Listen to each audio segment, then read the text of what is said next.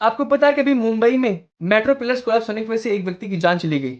Same incident मिला था हमें गुजरात में देखने को, जहां पर ब्रिज कोलैप्स होने की वजह से 9 लोगों की जान चली गई थी। सेम इंसिडेंट हमें देखने को मिलता है वेस्ट बंगाल में, जहां ब्रिज कोलैप्स होने की वजह से 23 लोगों की जान चली गई थी। सेम इंसिडेंट हमें केरला से मिलता है। लेकिन इसके बाद होता क्या है, सबको उम्मीद रहती है कि कोर्ट यहाँ पर कुछ करेगा। उस कंपनी को जो उसका कंस्ट्रक्शन करवा रही थी और उन इंजीनियर्स पर जो उसको बना रहे थे, केस करती है। कुछ टाइम तक केस चलता है, 4 साल 5 साल 10 साल, उसके बाद कुछ नहीं होता है। पैसे देते हैं, काम हो जाता है। कभी आपने सुना है कि किसी ऐसे व्यक्ति को फांसी की सजा सुनाई गई हो या फिर उम्र कैद की सजा सुनाई गई हो जो ऐसे केसेस में इन्वॉल्व रहा हो? होगा ही नहीं।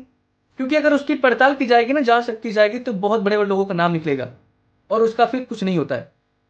लेकिन एक बात क्लियर कर देता हूं यहाँ पर भी कि जिन लोगों को लगता है गवर्नमेंट चेंज कर दोगे तो ये चीजें बंद हो जाएंगी, अगर ऐसा होता तो पूरे देश में ऐसे केसेस मिलते ही नहीं। क्योंकि पूरे देश में हर जगह गवर्नमेंट अलग अलग है लगभग। तो फिर वहां पर कैसे केसेस क्यों हो रहे हैं? मायने यहाँ पर रखती है हमारी कोर्ट। कोर्ट का डिसीजन क्या है, कोर्ट कैसा फैसला सुना रहा है उस पर।